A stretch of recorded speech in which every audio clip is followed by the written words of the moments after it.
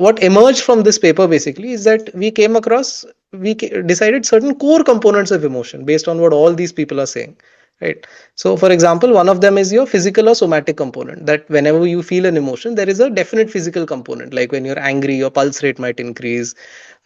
When you're afraid, you might start sweating, you might have dryness of mouth, you might have palpitations, right? All of these. So that is the physical or somatic component of emotion, basically determined by your sympathetic and parasympathetic systems. Second is your cognitive component of emotion, that when we label an emotion, that yes, now I'm feeling angry, or now I'm feeling sad, now I'm feeling afraid, right? So that is the conscious awareness of this state.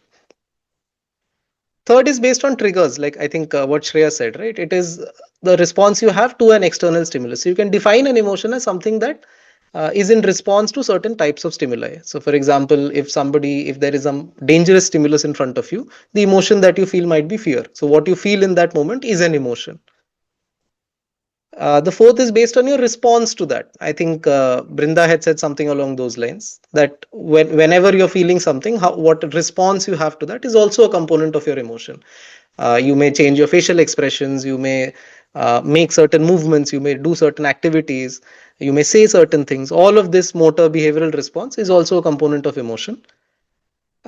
Two definitions that kind of focused on kind of different phenomena are based on disruption, that whenever you have an emotion, it is something that disrupts your inner homeostasis, that you're feeling a certain state at a point of time, something happens and there is a disruption in your internal homeostatic process, right? You're angry now, or you're sad now. And sort of a corollary to that is the functional component of emotion, that this serves a certain function, right? A tiger comes in front of you and you're feeling afraid, so the point of this fear is that this is what enables you to run away or to get away from the situation, right? So these are the core components of emotion that various definitions are focused on, right? So keeping this in mind, we'll see some of the definitions that are most commonly accepted, right? I'll just yeah So the first is the one that you're expected to say when somebody asks you in your rounds or in your exams or whatever, that what is emotion? This is what Fish defines it as, right? A stirred up state, that is the disruption part, caused by physiological changes, that is the somatic part, in response to some event, that is the trigger part, and which tends to maintain or abolish the causative event, right? So that is the function part, that something has happened in the environment and there is a stirred up state, there is a disruption in your internal state, which is caused by certain physiological changes, and the point of this is to either make sure that whatever happened keeps happening, or to get away from what's happening, right? Like if you have some food and you feel happy about it, the function of that happiness is that you want to do this again. Or if you encounter something and you feel afraid by it, then the point of it is that you don't want to encounter this situation, or you want to end this event from happening. So right, this is the Fish definition of it, which has remained constant for a very very long time. I think I have a third edition of Fish. It's written sometime in the 80s, and even in that book also this definition has stayed the same. A more recent definition is by the APA, that is the American Psychological Association, in their dictionary.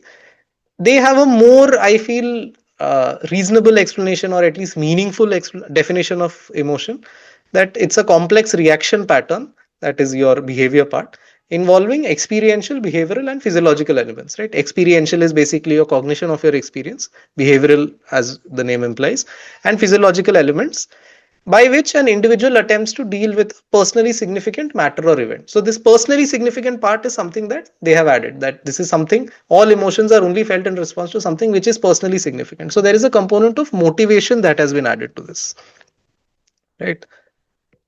Just a sec. Yeah. Uh, an even more recent definition, in fact, from this year by Maliziu et al., they have published a review of the theory of emotions and neurocircuitry of emotions. So they have a very experimental definition, that an emotion is a functional state that are adaptive to the organism, and this characterized by a lot of these terms that they've used: global coordination, pleiotropy, valence, intensity, priority, generalization, persistence, right? We'll talk about this in a little more detail.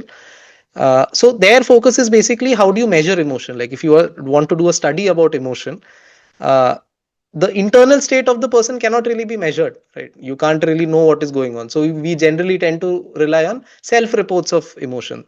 Most studies that we do, even something like a HAMD or a HAMA that you're doing, you're relying on a self report of anxiety or self report of depression, right? So for experimental studies, they have designed this term to differentiate it from other psychopathology, other psychological phenomena such as motivation, such as cognition, all of these things. And this is the definition that they've come to.